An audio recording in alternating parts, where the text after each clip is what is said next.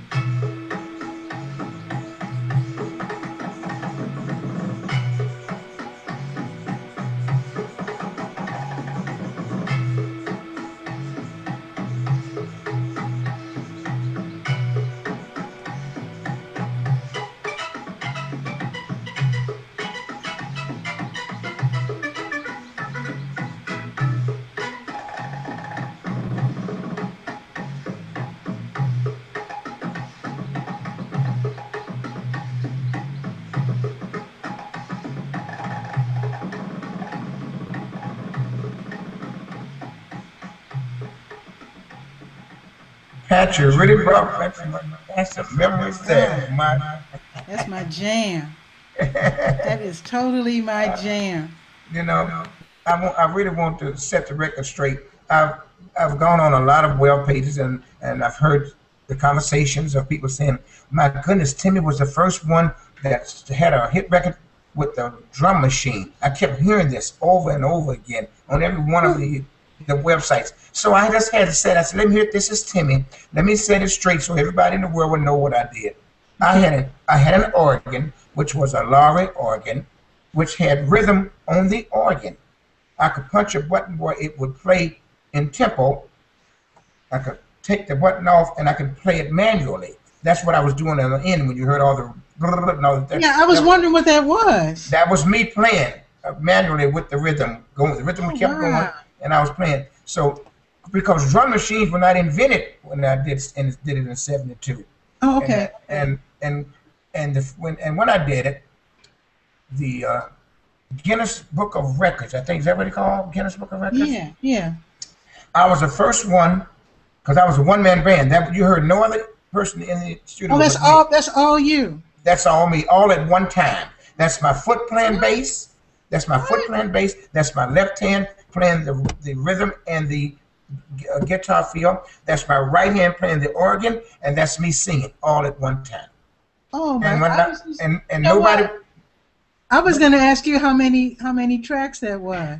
One. It's so funny. All you. Pat, is so funny that the engineer gentleman where I had done the record set up an organ, set my organ in. I brought it in. We packed it in, and he put a microphone on my foot. He put a microphone on my right hand, and he put a microphone on my mouth. And when I started singing, I finished. I looked up in the booth, and there he was half asleep, and he said, "Oh, excuse me, are you finished?" We had a big orchestra. I said, "Yeah, I'm finished now," because he had nothing else to do. I was only one man, and he said, "My goodness, I have nothing else to set up here," you know. But I really enjoyed it. I have to ask you, okay, that ring. Oh, that's my calling card. That's my calling card. How did you come up with that? Because I thought maybe that was like a bossa nova thing. Well, you know, I don't know. I'm telling you the truth. When I did the song, I had a club on Miami Beach called Timmy's Lounge, and it was a nice club, and that's where I was playing it. Of course, I wrote it at home, but I started playing it there, and when I did that little part, I just felt three. It's just so hip, though. It's just so hip. Yes, and people used to ask me about this. They said, "Man, where did you get that little three?" I said, "Well, from now on, since I started, that's going to be Timmy Thomas's calling card." And if you heard a lot of the old stuff I did, you heard that in it somewhere. Three.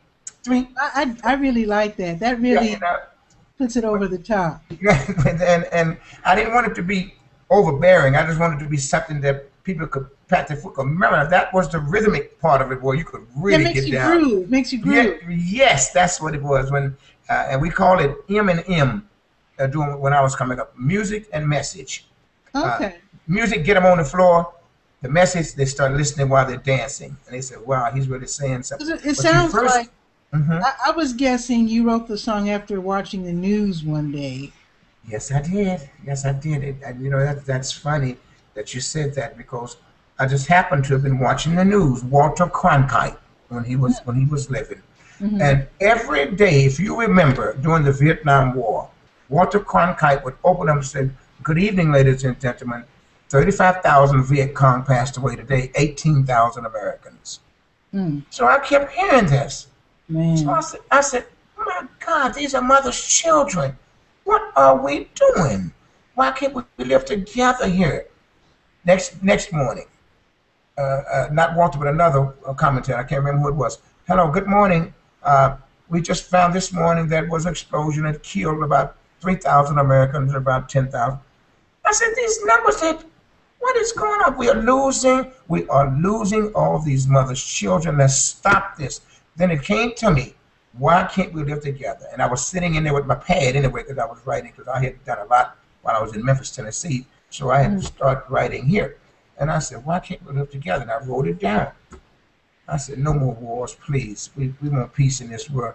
We're taking too many people out. You know, just mm, life doesn't mean much to people. Life is precious. That's all we got. We got only one life. You're not coming back. I'm not coming back. So you're taking all of these mothers' children away. Let's stop it. And no matter what color, you're still my brother. mm, And you have red, yellow, black, and white all over this. And when we all finally come together, it's going to be a better world. We just got to stop all these. And most of them are religious wars and wars about this and that. As nothing would make me that angry about something you said or something you've done to want to kill you. yeah. That's taking a life, and that is just wrong. And so that's where it started. Because also I guess you say I was a person that practiced all the sayings of Dr. King, and Dr. King played a big part in that because he didn't like that either. He kept saying, "Let's stop this war in Vietnam. We need Mm, to stop hurting." And I felt the same way when I heard him say it before he was assassinated. So mm, he came into focus with that song. Uh, mm, all the people who have stood up for freedom, and all the people who have lost their lives for freedom, mm. and all the people who are saying we want to leave something good for our children. That song was for them. And you notice something, Pat? That song was never played on the major radios in Johannesburg, South Africa. Really? Yes, and I got a major gold record on my wall back there from South Africa. Oh, It was played underground, but it sold 1,000,000 records, and that was from black and white people coming together. oh, When I performed in Johannesburg, I was the first one to perform in Soweto, which is the oh, black township. I was the first American, not the first black, but the first American, because the others would go to Johannesburg and perform. I went to Soweto, and wow. How were you received there? oh my God.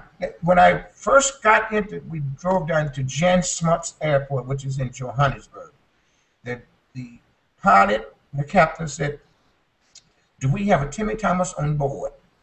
So I was alone, by the way. They had told me all about it. They said, don't go there alone for this. They had what you call apartheid at that time, you know? I said, I'm not afraid of going to stand up and telling the whole world, why can't we all live together? But when the pilot stopped on the tarmac and said, would Mr. Timmy Thomas please come to the front? I walked up to the front. They said, the reason we stopping here is to get you off, because you see up there are thousands of people standing waiting on you, and they're having a police problem to keep them back. So we're going to try to get you in and try to get you out. My heart was fluttering. I said, they said, I didn't know I was that big. And what hit me to show me that I was big, one young lady came up to me and hugged me and said, you're bringing us freedom. You're talking about why can't we live together? Wow. Tears came out of my eyes. Oh, My eyes just welled up, Pat. I couldn't stop it. They said that you came to see us. You came. That's all I could hear all night. You came to see us. Thank you so much. And the way they would say, Timmy Thomas. I would love that too, because that was the type of way they would use it when they would speak, speaking their language. And they said, Timmy Thomas, thank you for coming to visit us. Because everybody visited Johannesburg. Nobody visited. I do remember back in the 70s, there was some place called Sun City that everybody would play at. Yeah, that's another, oh God. What? That was back in the 70s. Yeah, I'm trying to remember. That was farther out, like a Las Vegas would be in America. That's the way that was. And I never played there. So you made the conscious decision to play at Soweto?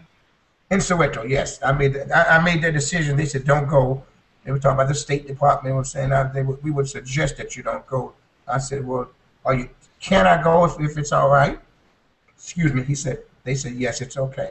So they sent me a ticket and said, you sure you don't want to speak in Johannesburg? I said, no, I want to go to see the people in Soweto, to see how they're living, to see what I can do to help. I left most of my money there for the libraries because education was not mandatory for small children. I came in Soweto and there were kids sitting on the streets. I said, why aren't they in school? And the driver turned around, looked at me and said, sir, school is not mandatory for black children. What? Just like that. And that's what changed my whole way of thinking. I stayed there for the whole week. I did concerts every night. And I left whatever the compensation was for the tour, I left there. So they could buy books. They're supposed to be making money, but you're leaving it behind to help the people. Oh, yes, for the libraries. I went into one of their libraries, and they were just very, I guess you would say, we're not up to date. And I saw some books that I said, my God, that's been 30 years ago. I know what's going on now. So I left money. Now, to show you how things changed when Mandela came in, I left that money there, and I got a letter back about a week later, and saying that, Timmy, you left that money here for us to use for the libraries, but we don't know where it is.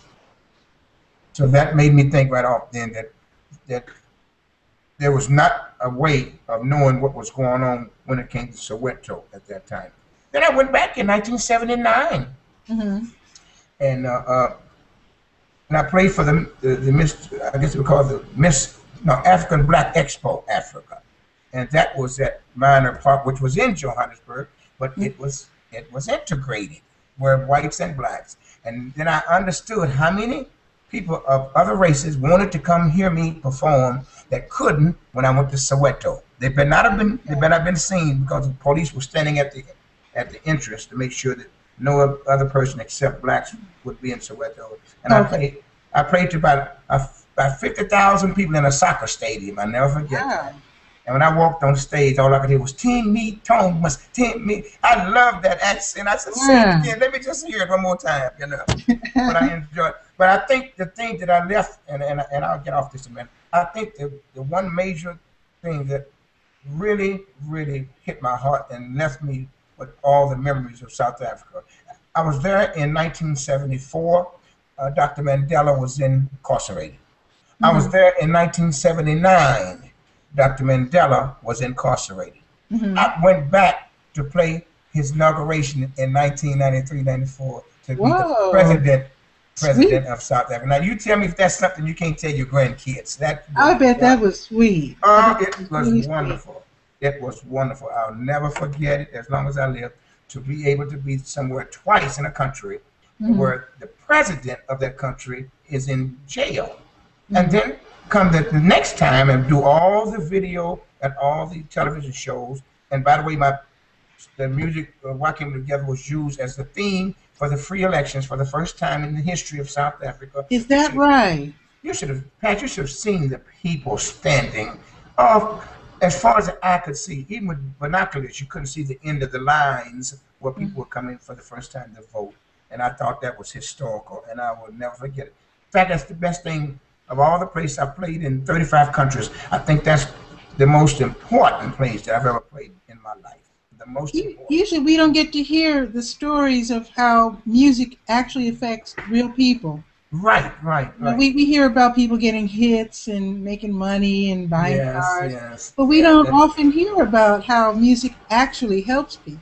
Right, and I think the most gratifying thing is that the song that I did, "Why Can't We Live Together," I had no idea that it was going to do that. Let me tell you, the first place that it was played was I had a couple of disc jockey friends Hmm. at one of the radio stations, and when I got finished, it cost me $350 to record, and they gave me a little cassette. Said, "Here's the cassette." And so I went to the radio station and asked one of my friends, my running buddies. I said, "I just finished my first little record." They said, "What is that?" It's called "Why Can't We Live Together." They said, during that time they could play local artists. So they said, "Let me put it on." He said, "Let me put it on." Well, when he put it on, the phones lit up. Oh, Yeah, so he said, they said, "Well, play that again. Punch, play that again, play that again." So the next Sweetback was another one that so he said, "Let me play it." On his show, phones lit up. What was so funny about it was when they called me, they said, that people are asking, "Where can they get the record?" I said, "I only have one cassette and it's in my back pocket." And I a cassette. just Oh one. I man, one just one. cassette. Yes. So that's where Henry Stone came in. So it's a long story. I don't want to get on that, but I was really excited the But fact that he. obviously, you did take care of that. You remedied the situation. Yes, yes, we finally got some records in the And studio. obviously, the song still resonates with people because you just said that there's at least 100 versions out there. Yes, and I mean there are versions that I don't know whether I should mention this or not. Nobody has mentioned this, but I heard a version the other day from a record company from a gentleman that I know. Now this has never happened. I heard an Arab and a Jewish band playing together. Why can't we live together? How about that? See? And now that I heard that's coming out, and you should hear the instruments from the Far East and the instruments from both of the faith, the Hmm. Arab faith and the Jewish faith, the Muslims and the Jewish, and they were playing together, and they Oh, were singing, walking, and the little sitar and all those little. I said, "Wow!" It wasn't the music; it was what was happening with the two races of people. I mm. said, "My God, this has gone on for so long. It may be, just maybe, we might see a little peace in this world from this because there's too much of this has been going on." So I'm very, very proud of that. Mm.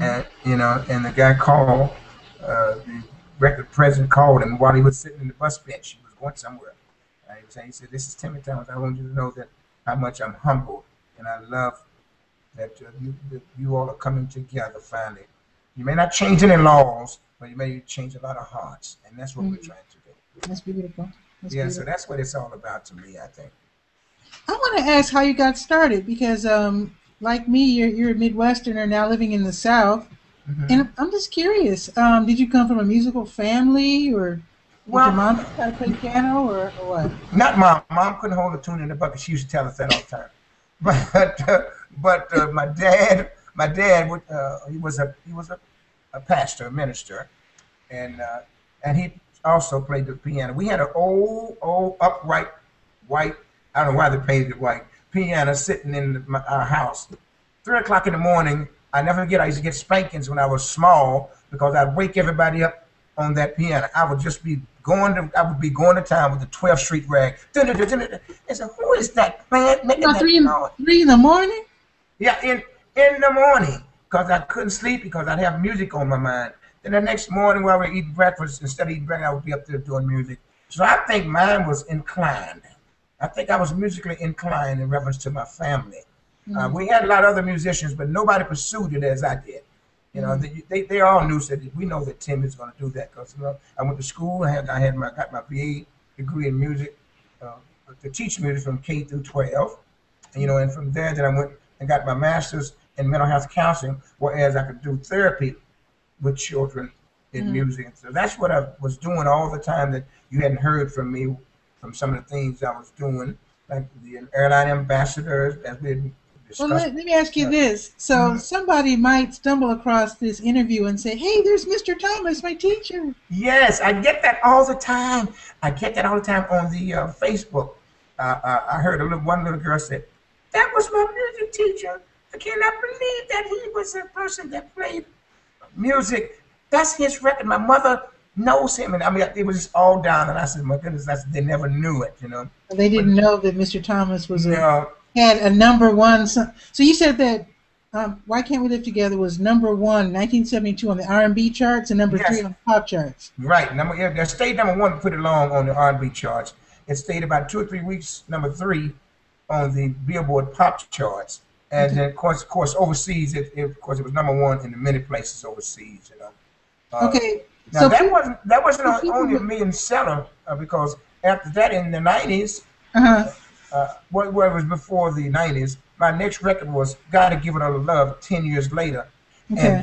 and that was played with the Tom Hanks movie Bachelor Party. If you remember that movie, Oh yeah. Okay. yeah, that was his first big movie, and they wanted me to write some of the music to it. So I wrote a tune entitled "Gotta Give a Little Love" 10 years later, and it was 10 years later after I had done "Why Can't We Live Oh, Together." love it. Love And, it. and and then I did "New York Eyes" with Nicole McLeod, which was super big. And Mm-hmm. I wanted to get into the fact when we were discussing a while ago about how do you write your music. That was one that would be a good example. I was in New York performing, Mm-hmm.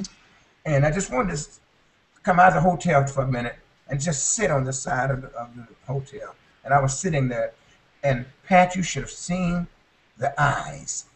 You could tell whether the person was angry about somebody in his office or something. Or you could tell where when two persons would come by, a man and a woman, and you see her eyes and his eyes, you could tell they were in love. And then you could see someone else coming down with their eyes. It was all about the eyes. And I Mm-hmm. had my pen in my pocket, so I just took my pen out and wrote "New York Eyes," and that was a pretty big record for Nicole. So that's the way I Nice. do my writing. I write down what I think is very important first. That would be something that I could repeat, and it wouldn't get boring. It would be something that you would want to repeat with me, and that's Mm-hmm. right. That's when I wrote. And if you notice, I don't do a lot of verses in my music. Mm-hmm. I want to say the most important verses. Why can't we live together? No more wars, more peace in this world, and no matter what color, you're still my brother. Now, excuse me, I don't think there's anything else that I need to say. I guess Because, not. yes, because Yeah, I you got said to the point great across thing. the Right, first 3 lines. that's right. I want to get it across like that. Mm-hmm. And now it comes to the fact that I'm very, very excited of the so-called comeback. We all have comebacks, as they say. When you Okay, we're think, gonna I've we're never, I gonna don't think. get to that. We're gonna Okay, get to that. all righty. But first, I do want people to know that before you came out of what we would call the blue, you were playing. You were a jazz musician too. You Yes, played yes. with Donald Byrd and Right. I like played that. with Donald Byrd at the Indiana Jazz Festival. Cannonball Adderley, Lucette Fatigue, uh, uh, Dave Brubeck, Take Five. I tell you what we were doing. Now I was the patent. Nobody believes. They think that well, Timmy must have been a keyboard player or an organist or working with B3 because Jimmy Smith was really my hero when it came to B3 organ. But I wasn't. I was playing trombone. You were Uh, what? I was playing trombone when I was at the Indiana Jazz Festival, and I was the #1 trombone first seat.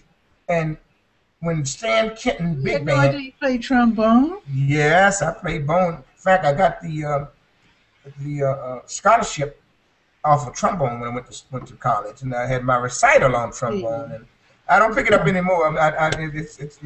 It's a little bit windy now to pick it up because you really have to work with those muscles, you know. Mm-hmm. But I was a trombone player, and I had a chance to win when we were playing the big band behind Cannonball and Donald Byrd. I had a chance to stand up and do a solo. Now you're talking about enjoying myself. You're talking about really. And when you see Cannonball Eddie walk over, and we weren't hitting 5, we walk over and grab our hands this way, and and hold him. He said, "Man, you can play some bone." And then Donald Byrd said, "Man," I said, "Oh my God!" And I think that was the last time I really stayed with the trombone. I picked up the piano. I had to have elementary knowledge of piano in college, and I started listening to Jimmy Smith, and I started getting the chord structure, and I found out he was playing a B3 organ, one of the big Hammond organs, and I started loving it then. And I think trombone just tipped out the door, and the beat the organ tipped in the other door. So that's the reason I've been playing keyboards for so long. You know. Do you think if you had stuck with trombone, you probably wouldn't have come up with that song, right? I don't think so. I think most of now it would probably have been just like I mentioned a few minutes ago about Kyle Eastwood's version of the saxophone player playing. There's not a chord structure in his instrument, but there's a lot. I can feel a lot of chord structure when I put both hands on a keyboard. And you're talking about one of the cover versions. You said Clint Eastwood's cover version, right? Yeah, it's his son Kyle Eastwood version. Okay. I don't think that I would have done it because most of the time I'm fiddle faddling around the keyboards and things come to me quicker before they were doing that for trombone for me. And I think I would have never, even the three, I never did that on trombone, but I did it on organ and keyboards. And so I think I had a better way of doing things with the keyboard than with the trombone. I love the trombone. I love trombone players. Every chance I get, I go out to hear a trombone player. But I just can't play anymore. I'm glad they want to ask me to come up to play the bone. If they ask me to come up play keyboards, I'll come up. But if they say, Timmy Thomas coming up to play the trombone, I said, no, he's not. not tonight. Not tonight. You know. But I want to know, okay, so you're from Evansville, Indiana. Evansville. Okay, you record this song, Why Can't We Live Together? I want to know, how did it feel the first time you heard it on the radio? Where were you when you first heard it? I think I was between West Palm Beach and Miami. Now, people don't believe this, but when you hear yourself on the radio with a song, you really get so excited. I got so excited, I drove and parked on the side of the road and listened. I parked the side right just to listen to it. And the man said, that's Timmy Thomas, his new version of Why Can't We Live Together. And I had my head out the window saying, that's me, that's me. They said, get out of the way, man. You're in the, move over. I said, let me tell you, I guess I've been in, Why Can't We Live Together has been used, I guess, on about 8 or 10 major movies. And oh, really? Yeah. And so I was in the theater. I'll never forget that. My wife was with me. I was in the theater, and it came on.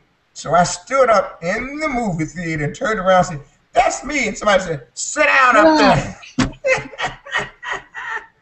And the guy sitting right next to me said, yeah, right. I want to sit down, man. Yeah, we know that. We believe you. I said, it is me. I swear. Said, yeah, right. Okay, man, be quiet. Just watch the movie. People didn't believe it. They just didn't believe it. Now, when it started moving up the charts, I mean, you're from Indiana. You're not expecting this. I mean, no. When it reached #1, I can't imagine how that felt. Oh God. I tried to do a backflip, but I hit my head and I got a little bump on my head. But I tried to. I was just that high to really want to just jump twice, and my wife knew it. My wife said, just sit down. This is something happening that's you're gonna enjoy later. And all of a sudden, then another radio station. It's #1 here. It's #1 there. Here it comes pop. Then it keeps going up, to 15, 12, 10. Did you check every day like a person checking the stock market? I had more books. You couldn't see me when I was reading all these books for the record on. They said, "Where's Timmy?" I'm up. I called. I went to the bookstores. I picked up everything that had something on it. I had a chat with Timmy Thomas. I picked that up. I had a lot of stack of books like that. Every time I went to the store. So, make a long story short, I was very, very excited. Now, not just for the record, but excited that in 1972, that many people felt the way I did in their hearts. They may not have been able to see it in some places in the world or some places in America, but they felt like that in their heart. And I got a gold record here. I got a gold album here. I got a gold record in South Africa where it wasn't popular for that to be. Some people call it a protest or a political song, but it wasn't. It was a song about love. Every time they would ask me, they said, well, what do you protest? I'm not protesting anything. I'm just asking. And if you notice, I asked the question. I never answered it. I said, why can't we live together? Everybody has a different way and a different reason for answering that and each one of them answered it different. Well, the reason we can't live together is because. The reason we can't live together, and that's what I wanted to hear. I want to hear some dialogue of what people have thought about, and that's when I put a why on it and made it a question. Mm-hmm. Now, did you know that it's the theme song of a show in Brazil? No. Yeah, I saw online that it is there is a Brazilian soap opera called Cavalo de Aço, which means steel horse or horse of steel. It's a soap opera, and apparently Why Can't We Live Together is the theme song. Is it my version or is it somebody else's version? My version? It's you, yeah. Oh, spell that for me. I don't know about that one. Well, Cavalo, C-V, oh boy, I can't spell, C-A-V-A-L-O. A-L-O. Cavalo, and then G is D-E. D-E. And then Asu, A-C-O. C-O. Now, the C has a little thing on it. Where would I pick it up? Just I have no idea. I was just Googling around online. Oh, okay. I saw it on YouTube. That's where I saw it, YouTube. Yeah. I've seen a lot of things that I didn't know about. I said, of course, I didn't know that Steve Winwood. They might have to write you a little check. I'm sorry. Yeah. They might have to write you a little check or something. Yeah, because I think the grandbabies need milk, so that may help that out a little bit, you know.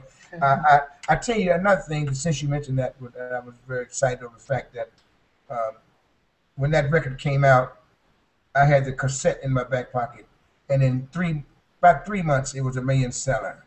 From that one little. It only took 3 months? About 3 months, yes. It sold 6 million. It has sold 6 million records now over the world. Jeez. And it's still selling because when I get my statements, it lets me know in some areas where they still have unrest, where they have protests, they use my song as Why Can't We Live Together? Let's stop all of this and all that. So that's one thing I'm mostly happy about, you know, that they're still using it.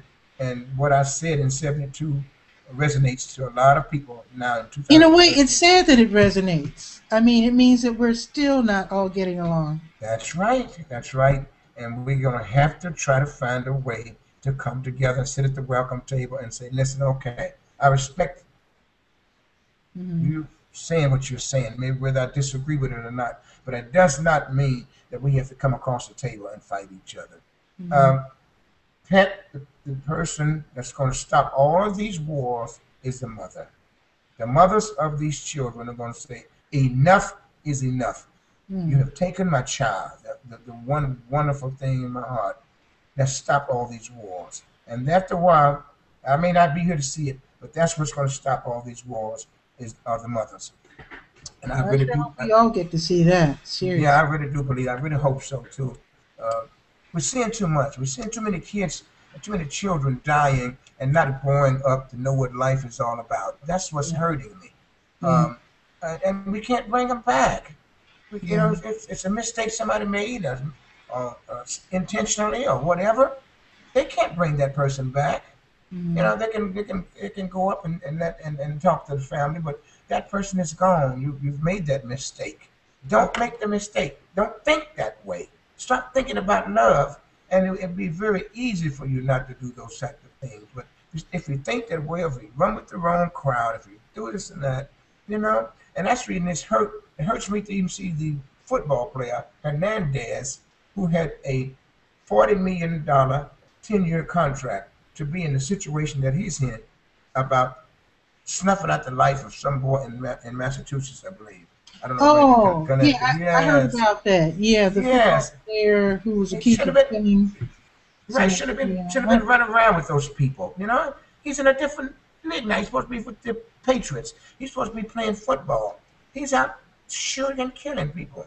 I don't know whether he thought he was going to get away with it or not. I mean, I'm just saying that he's accused of doing those things, but that the accusations come from who you run with. Yeah. And he was running with people that were used to doing all those kind of things, you know. So we have to be very careful who we are. We are all heroes in the eyes of these children. We are all people, the children. You don't never know who's watching you. You never know who. One child may come up and say, I want to be like you when I grow up. But if you're showing that child some things that he won't live till he grows up, that's wrong. That's wrong. And that's where if you notice all the songs I've ever written pretty close to that, about love for your fellow man, and let's stop this, and no matter what, because life is short. You better say I'm sorry now because you may not get a chance, or you don't know how long you're going to be here. You know, Right. that's And you've important. actually been able to help people through American Airlines as an ambassador, right? Yes, yes, I'm so happy about that.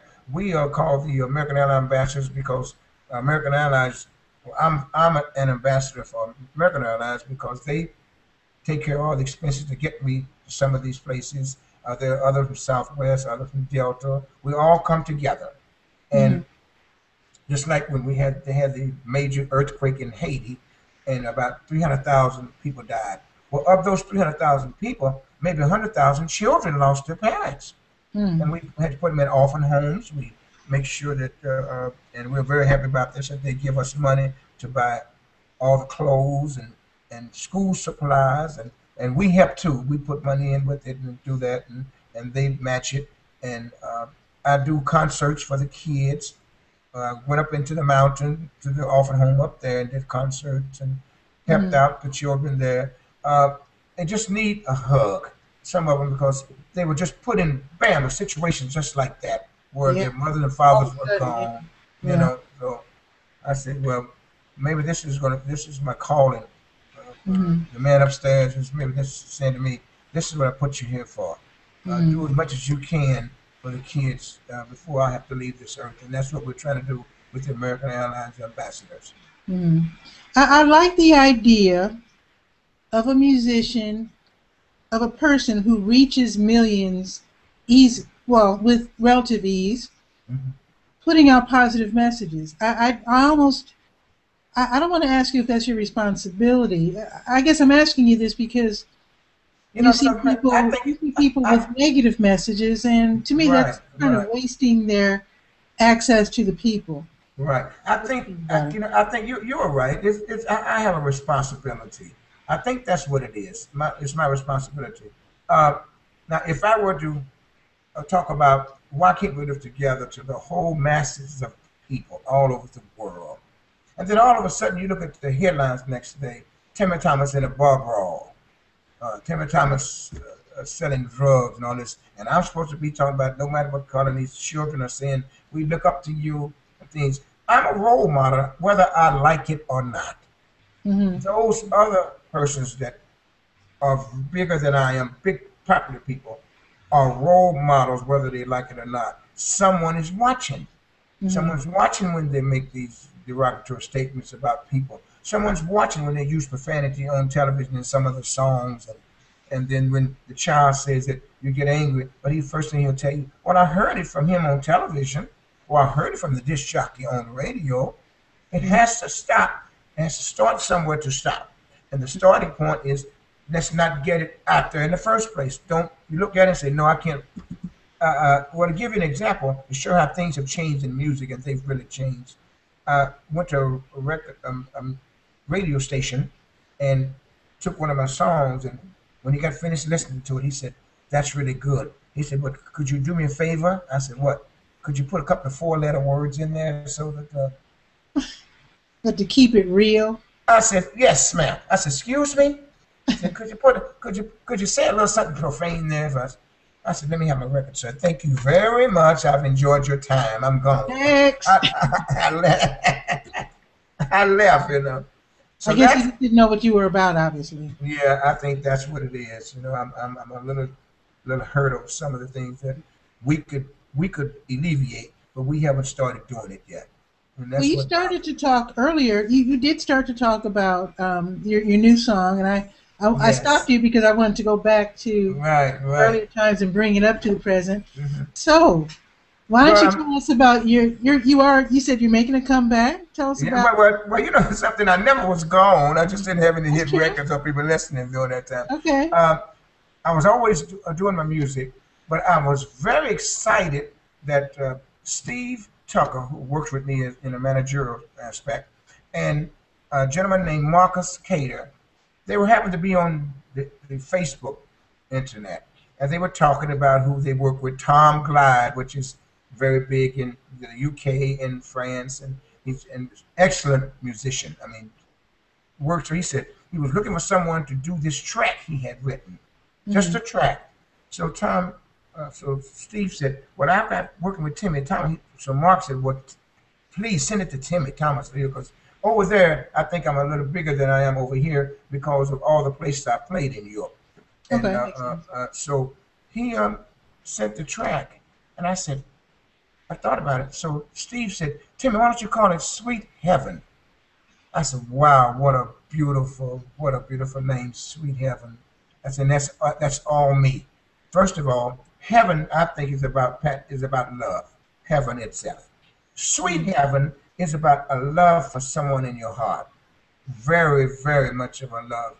Whether it be Euro, whether it be agape, and when I say that, whether it be someone that you love in reference that you want to marry, or like Dr. King said about loving the world, and that's the agape thing we were discussing. And I listened to it, and when Steve said that, I said, let me see if I can write some lyrics. Then all of a sudden, the lyrics just flowed. They just flowed, you know. I was saying that, I try to lasso the moon for you, because I was thinking about a young lady that was in love. I was thinking about how much love I had for my wife.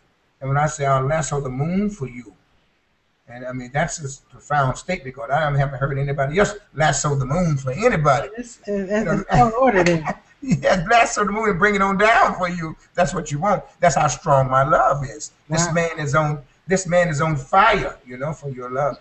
And I said, my God, and I want it to be a feel good, a song. And that's what I was saying. You're special. You're my sweet heaven. And I want to play a little bit too, Pat. So, I put a little Timmy Thomas in. And did a little scatting, like some little scatting from the old jazz time, Yeah. Like you put the three.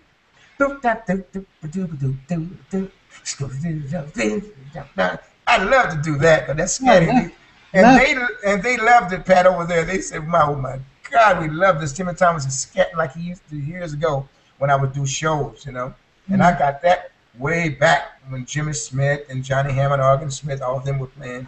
And even my dad could scat like that. But I would play the same note that I would scat with my mouth. George Benson used to do the same thing, And I said, I'm going to try that.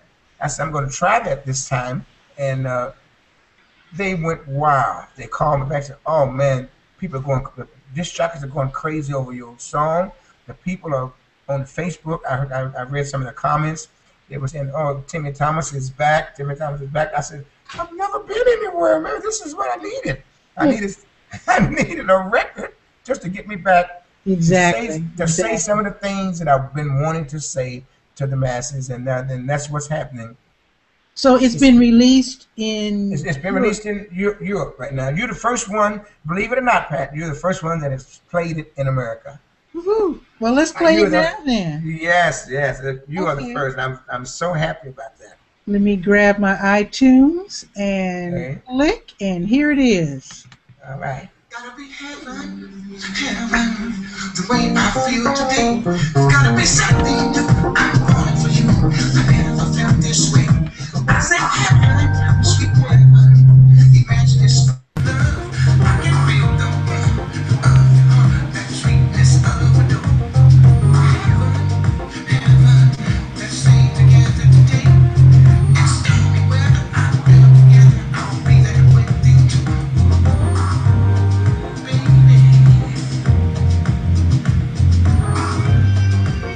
Just maybe.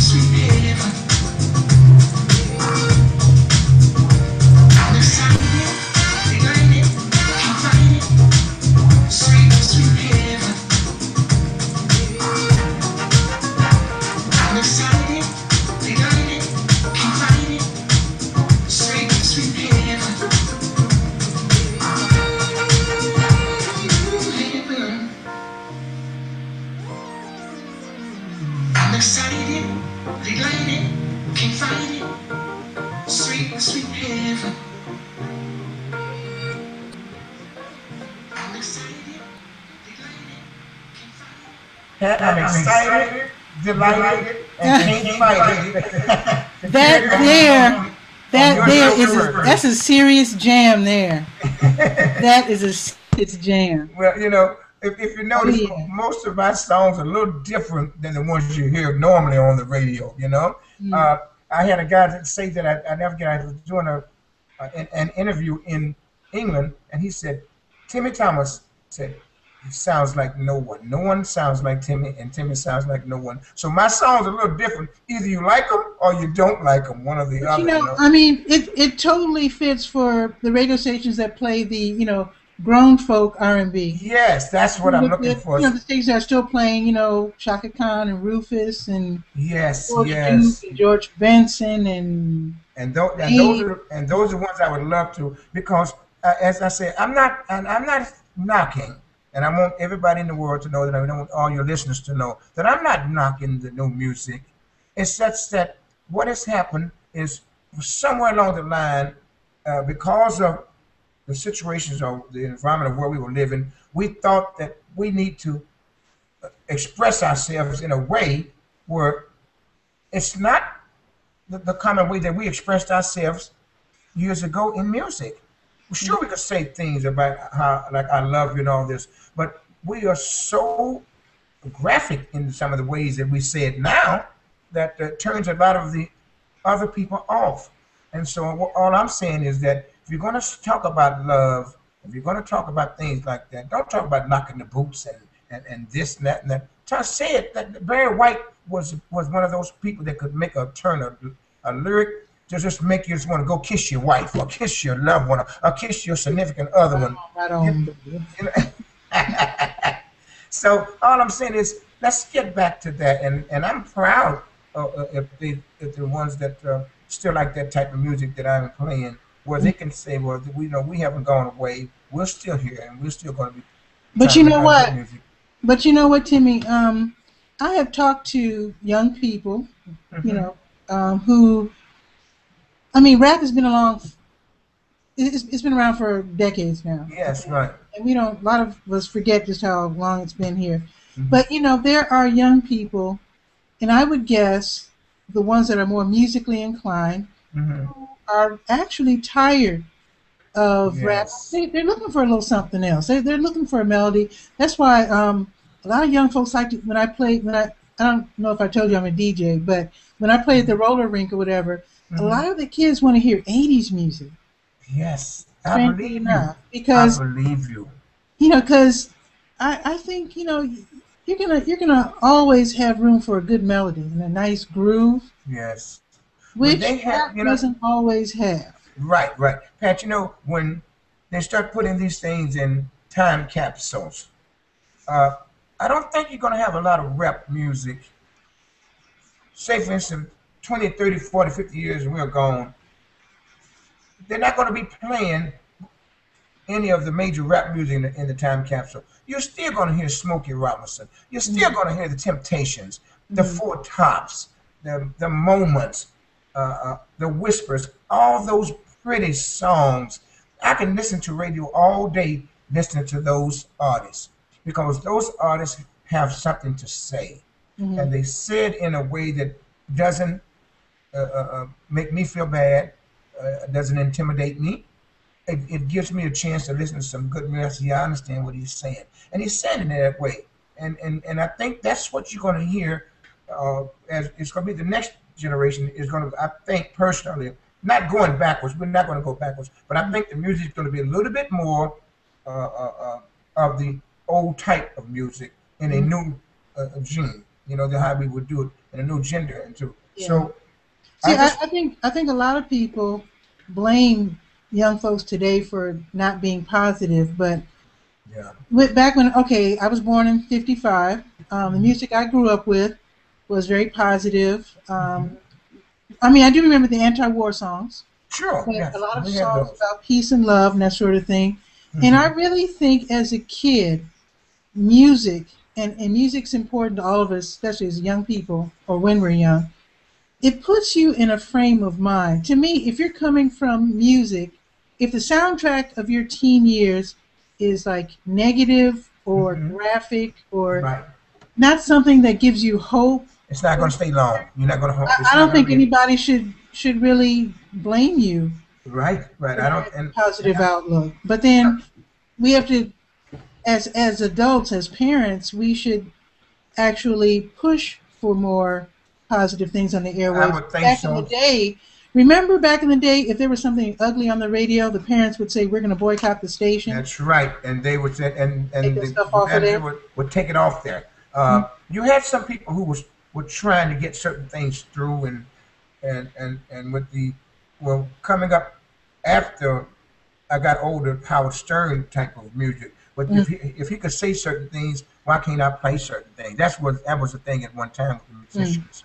And if I remember correctly, even on the dance floor, if you remember the song "War," what is it good for? Absolutely nothing. That was in some of the Rush Hour songs, and that's positive. But everybody thought that was nothing but just a war.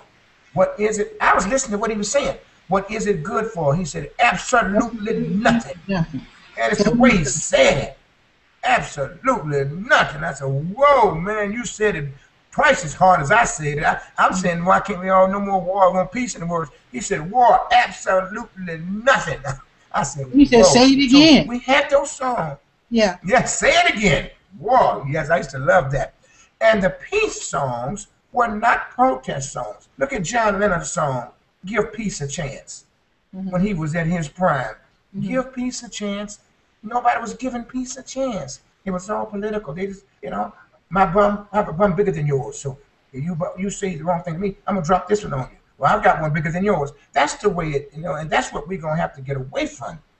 Because the annihilation of nuclear war, I don't even want to think about what it would do. Wouldn't be any children around anymore. And these are the children that are the future of our world. I didn't say country. I said world. And if people would know that 1.5 million children die of starvation every year. A lot of people don't think about it. They see it on the thing and then they punch on up. You see a little baby standing there and says, this is a child, one of the children that has died. He was here yesterday, but he's gone today because there's no food. We can do this. We can build all these bombs and all these nuclear things.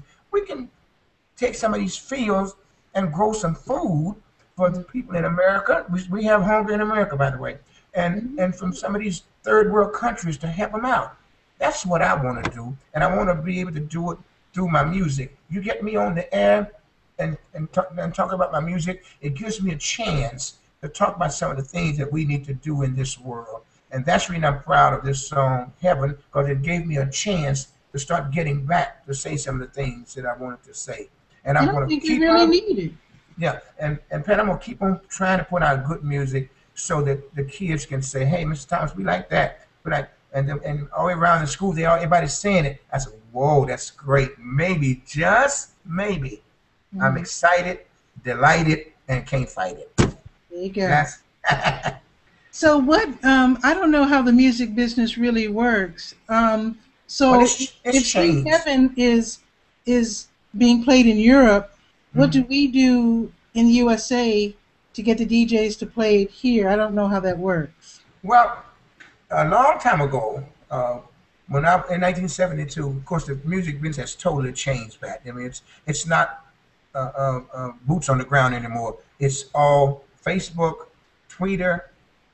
I can't even pronounce the word Twitter. Facebook, Twitter, and YouTube, all those. So many. I don't have. So I'm so glad you helped me last night to even just get to see your face on TV, because I went to the store with my wife and we were trying to upgrade the computer. And the guy turned to me and said, do you have a virus? And I said, well, I have a little chest cold. My wife said, go sit in the car. I didn't know what he did. He asked me, did I have a virus? I said, I have a little chest cold. And my wife said, go sit in the car. I'll take care of this. Oh, this is hilarious.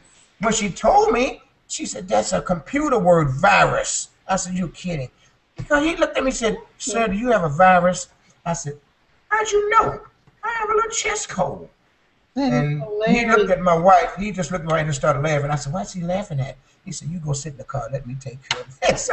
So that shows you how much I know about computers. But anyway, to make a long story short, it's all about the new technology now. Mm-hmm. It's not about people going out and promoting a record as we did on our feet, going in the radio station with our records in our hands and going in and meet the music director, let him listen to it. He said, "Okay, I'll let you know this week. I'll let him listen." It's all about the MP3s, Mm-hmm. downloading your music, uh, definitely get a video so you can be on YouTube and all that. That's where you get your sales from now. That's Okay. Okay. it's all automated now, and Mm-hmm. things have changed, and I know that, and I'm hoping to be a part of the new technology. Anything that comes out, I just think that as a musician, I would like to be a part of it and know something about what the young people are doing. I Mm-hmm. even go to some of the movies that are just for young people, just to be able to listen to some of the slang, the things, so I can talk with them. Because every Black History Month, every month, every year, I go to some high school or some elementary or some middle school to talk about how it was during those days and how Mm-hmm. far we have come. And Mm-hmm. let's not go back. Let's and the Go immigration forward. situation. Continue going forward. Yes. Yes, yeah, let's go forward. We don't have to, I can't be angry at you because of what your great grandfather did way back in the dark history of slavery. But I can let you know now that I don't hate you, and I don't want you to hate me. I want us to move on from here. We Mm-hmm. don't move on. We tend to stay right in this little small little thing in this little cocoon, and I don't want to do that. I want to see us move. Yeah, I understand. I Mhm. understand. So, as far as Sweet Heaven, You're the um, first. You're the first one yeah, yeah, I was that's happy to played it. play that. I am so So, excited. Now I so gotta tell Steve. I'm gonna is tell it Steve. available? Is it available on iTunes and Amazon.com and all that? Yes, Music? yes, Okay. it's available on Amazon.com. It's available on. I'm gonna see if I can get these right. Is it MP3? Is that available, Yeah. or is Mm-hmm. that Mm-hmm.